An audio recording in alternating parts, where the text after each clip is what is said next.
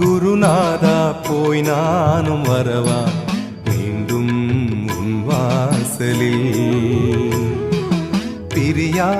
விடை தந்து போனாலும் என்ன நானோ உன் பார்வையில்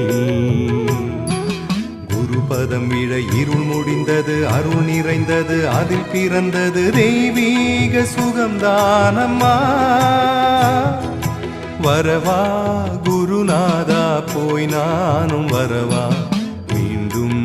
உன் வாசலில் பிரியா